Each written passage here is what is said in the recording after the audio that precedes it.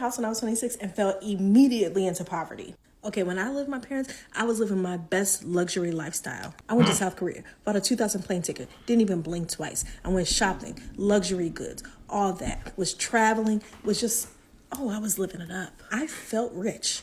I had no bills. And I had a full-time 9-to-5 job. I was working as a nurse. Okay, I was killing it. I bought my own house. That first mortgage payment came in and I was like, oh, this is a situation. But at first you think you can handle it, right? Like, what's a couple thou? What's a couple thou? I got it. But then the pipes in my 80-year-old home broke immediately as soon as I bought the house. Wiped out my savings. Then another pipe in a different area of the house broke. Okay, I'm struggling. Okay, I need help. Hold on. She first sounded like me, living the life with no bills, and you went straight into buying a home? And after one pipe burst, your whole savings was gone? How much money did you have saved? How much does it cost to repair a pipe and clean up all the damage? And then a second one burst? You're in an 80-year-old home? Did you not get an inspection done? I'm confused on how these things just so happened to break and burst right when you got into the home. And why was the first payment a question for you? Like you didn't know that you were going to have to pay a couple $1,000 a month? Thankfully, you're a nurse and so you was making good money, but did you not know you were going to have to save money on top of the mortgage for maintenance? Nobody told you that. And insurance? If you didn't put 20% down, PMI, property tax. They didn't tell you all of these things.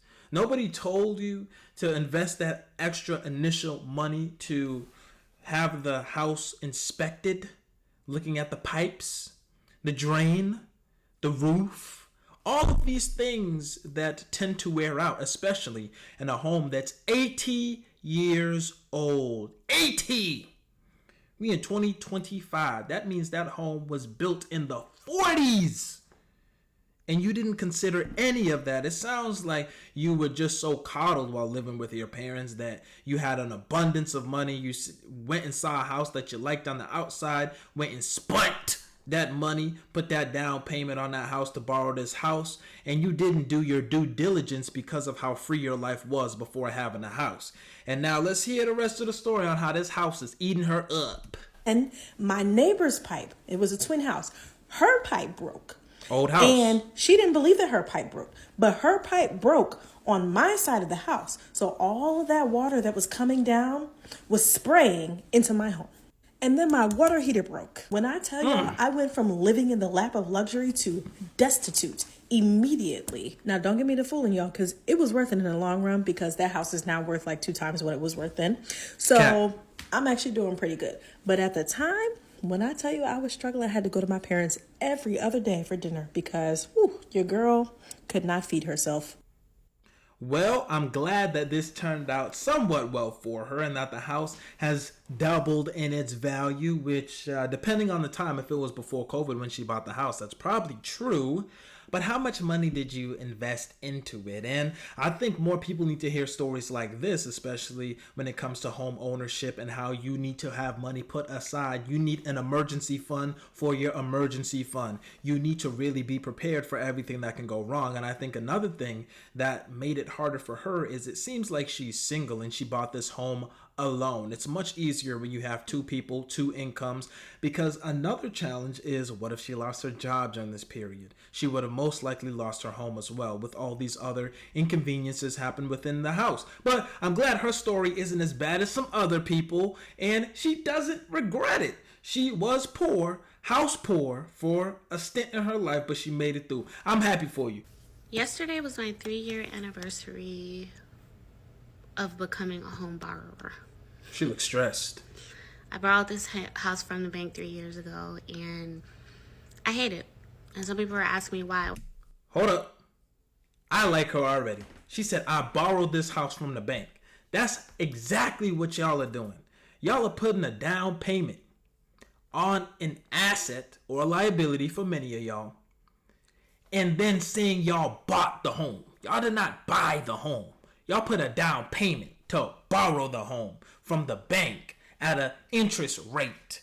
And you're going to end up paying them back 3 times the value of the home over those 30 years. So the home was $300,000. That was the price of the home when you so-called bought it or put your down payment. But by the end of those 30 years, you're going to end up paying $900,000 on that home. So you know what that means? For you to gain any capital gains on that home, it needs to grow in value beyond $900,000. So just because the value of the house doubles from $300,000 to $600,000 doesn't mean you've made $300,000.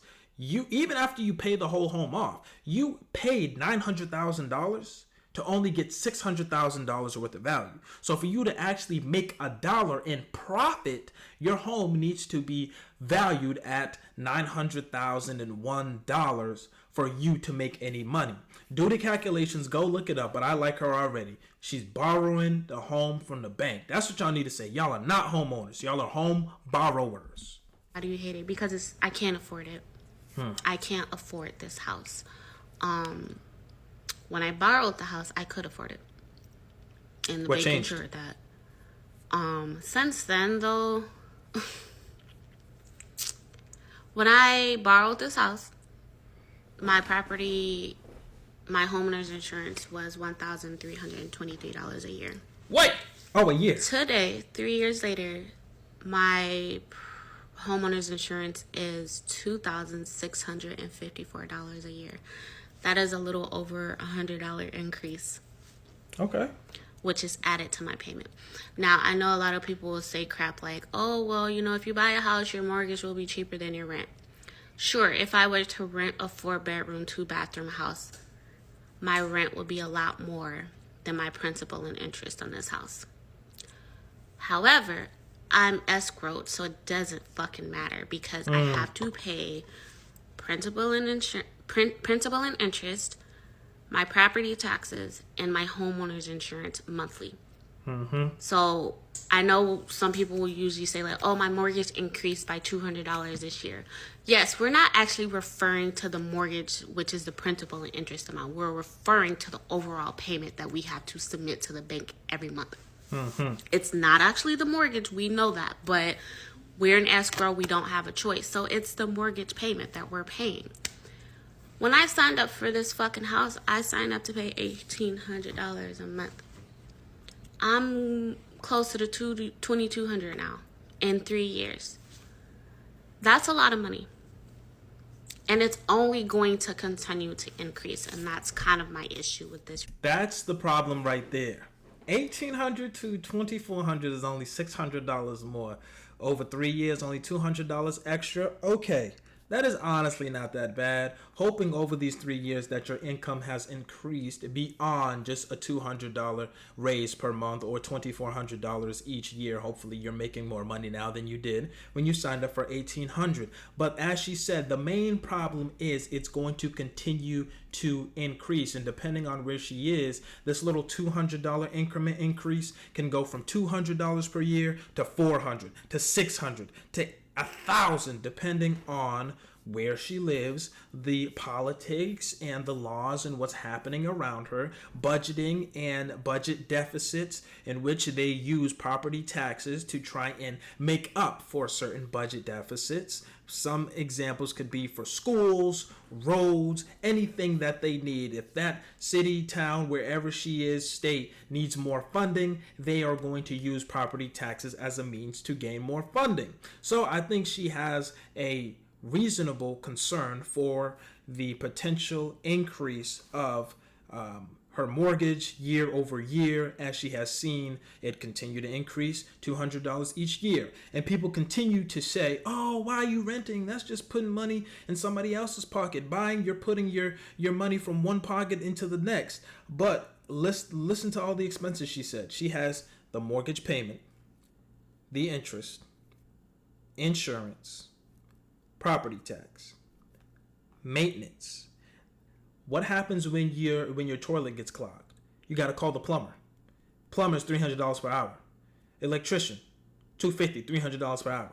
How much is it to get a tree cut so that the tree doesn't fall on your house? That can cost you a couple grand.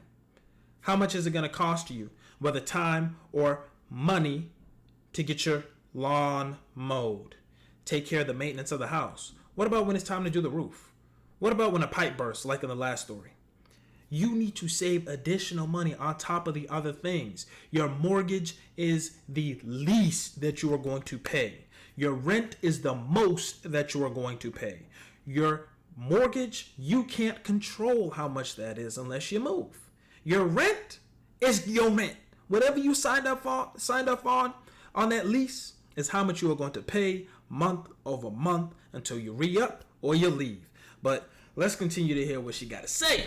Right now, because I'm at a point where I'm like, this is actually no different than renting. The only difference is that I don't have a landlord that I can call when my fucking toilet overflows. Yep. Or, you know, when the basement floods or whatever the fuck happens. I don't have that option. Of course. And we all know that going into home ownership. Like, I had the savings for that. It was, you know, I was fully aware of that. But everything is increasing. And we all know that too. Like, everything, the cost of living is increasing. And I can't afford this house. I hate it. But I can't, it's like, I'm probably not going to go back to renting because I invested over $30,000 into living here. Mm-hmm. For upfront costs, not referring to how much I've paid in my mortgage and all that. But I'm a single mom, and regardless of me being a single mom, I make a decent living. Like, there are people in joint households, 2-parent households, who make less than me or make as much as me, and you know, so it's really not the single mom aspect that I'm referring to in terms of financially. It's more so, it's too much for me to do on top of being a mom and on top of working full time. Like, we all know what comes with being a single parent. So for me, it's just like, it's too much. Life is lifing though. Like, I don't know. You know, I got sucked into the world of, oh my God, I want to get married. I want to buy a house. I want to do this. It's like, I let society tell me that's what I wanted, but when I got it, I don't want it. Woo! I like her. She telling the truth, and nothing but the truth. So set you free. Society pressured her into doing these things that once she got them, she don't want them. And again, this is another instance of somebody doing it alone, which some people can do. Most people can't. Because again, if she were to lose her job, she loses everything and her child then suffers. There's only so much savings that you can save. When you are by yourself, you put yourself and everybody that relies on you at risk, because that actually makes sense of why the $200, it matters so much for her, because there's no other income coming in. So every dollar matters even more because there's no one else to help her out. There's no backup plan. It's her, and her. That's it. And she has a little one relying on her. So that's why this situation is so sticky and so dangerous. But I'm glad that she's being honest. She's telling the truth of how hard it is, how dangerous it is, and that society pressured her into doing something that she honestly no longer wants. But I think she is in a place where she's stuck, where she can't go back. She can't go back to renting, whether that's an ego thing, a status thing, or just a comfort and preference thing. But I think some people should go back to renting, leave the home ownership for later on in life until you're in a better situation, maybe until you have somebody else, maybe until you have more streams of income coming in, and it's less risky for you to invest in a home. She said she invested $30,000 in upfront costs. That's really not that much on top of what you've been paying for the mortgage, which I assume you probably don't have much equity in it because you've only been paying on it for 3 years. I bet you got a 30-year mortgage, and so you've mainly just been paying interest, and so your equity is probably very low in comparison to the value of the home and the asking price of the home. So you stuck, baby girl. You stuck. Just stick it through. And keep doing you. Try and get that promotion, get that more income, and then you go from there. You're already doing better than most. From your words, you're doing better than 2-parent households. So just keep pushing, keep going, keep grinding, keep getting better. Do what you got to do. For me, because it took me a little too long to realize what I actually wanted for my life and not what I thought I wanted for my life, because society makes it seem like we should want certain things. I don't like being a homeowner. I don't like it. And I don't care about, oh, well, when you pay your house off in 30 years. I don't care about that. Because the end goal for me is just making sure I have some place to come home to, I have a roof over my head. And like I said, this shit isn't mine. Whether I'm renting or borrowing or owning, it's not mine. It's not ours. Like, it can be taken away regardless.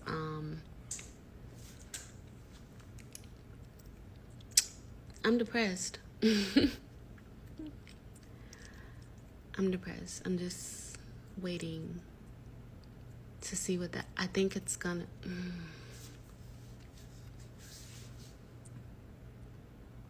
I'm stuck. I feel stuck. I'm depressed. I feel stuck. I feel lost. I'm not happy.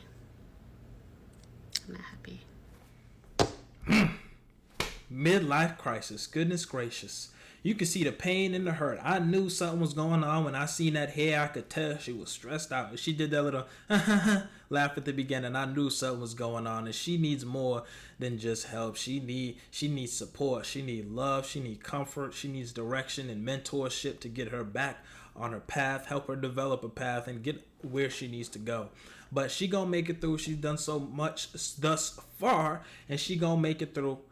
People like this that are very driven, that are very motivated, and she was able to acquire this home by herself with a child and maintain her life. I think she can get herself out of this situation and achieve the happiness that she wants for herself.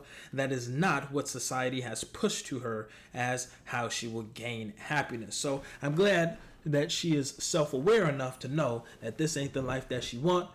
And that all she wants is a place to lay her head. That's safe, that's comfortable, that she can call home. Because as she said, you ain't gonna own it no matter what. You borrowing your home. After the 30 years you pay the home off, don't pay your property tax and watch who own the home. That don't make no sense. I own these headphones. I've paid sales tax on these headphones. I will never have to pay any type of tax or any other type of expense for these headphones unless it comes to repair. And I probably won't repair them. I'll probably replace them. But name one other thing that you have to pay taxes on that you fully own. And I'm going to start off like this. In certain states, you have to pay excise tax for your car. Let's cut that out. Okay, we're going to exclude that. Name something else that you own that you are still paying taxes on. You own it outright, paid it in full, that you still paying taxes on. Go ahead. And while you think about that, put it in the comments as we watch this next video. Let's go. Biggest financial regret that I've ever had in life was purchasing a home back in 2021 for these 3 reasons. Number 1, I had to put a 30% down payment on my home. My down payment was roughly around $330,000. I bought my 2-bedroom, 3-bath townhome for $910,000. And the You put down $300,000 on a $900,000 townhouse? You calling it a townhome? It's 2 beds. It's a townhouse. $900,000 townhouse? You put down $300,000? You had $300,000 liquid dollars sitting in your account, and you put it on a $900,000 home? Oh, you got to be in California. You got to be in California. You should have moved. You should have went to the Midwest, went to the South. You could have bought a home with $300,000 and you wouldn't have no payments. What are you doing? $900,000 for a townhouse? In 2021, they scammed you. You got, brother. This is why we watching your video right now. The reason why we had to put so much down at the time was just because of my income. I was only making around, I think, $100,000 to $110,000. That was the only way we could get the math work. Now, my monthly mortgage payment, if you factor in interest, taxes, HOA, etc., it's roughly around $4,200. If I was renting right now, I could probably rent a really nice 2-bedroom condo or an apartment for $3,500. So that would save me $700 a month. However, had I just not bought a home, I could have taken that $300,000 and $10,000, $20,000 that I used as a down payment and just invested in the stock market. We all know the stock market bottomed in 2022, and fuck, man, you see where it is today, right? I could easily have an extra, at the very minimum, a couple $100,000 in my stock portfolio. Number two, in the market that I live in, renting is actually cheaper than buying a home. Again, as I previously stated, I probably am paying an extra, I don't know, $700 to $1,000 more per month by owning a home rather than renting one. Borrowing. And then number three, owning a home is just really, really overrated. There's maintenance that you have to worry about. I've already had to replace an AC, and my home is like 3 to 4 years old. So it's actually really, really new. I'm sure at some point I'm going to have to replace a dishwasher, a washer and dryer. Owning a home is not cheap. There are a lot of expenses that come with maintaining a home, and you have to do it yourself. If I lived in an apartment complex, I could call the landlord and then they would send somebody to help me fix the problem. Honestly, if I could do it again, I would just rent a nicer apartment or a condo, whatever, in a nicer community, and then just invested my money instead in the stock market. Smart. He's smart. 2020. Hindsight is always the best. But man, you should have done your research before you invested $300,000. I researched before I spent $30. I be going store. How much is it at Walmart? How much is it at Target? Do Stop and Shop got it? Do Shaw's got it? If I get it on Amazon, do Temu got it? But $300,000 for a $900,000 townhouse, brother, man, you got scammed, shammed, and they did you dirty. I would have never invested that much, but at least he now knows people make mistakes. Hopefully you don't make a $300,000 mistake. Yeah, good luck with that one. But he's right.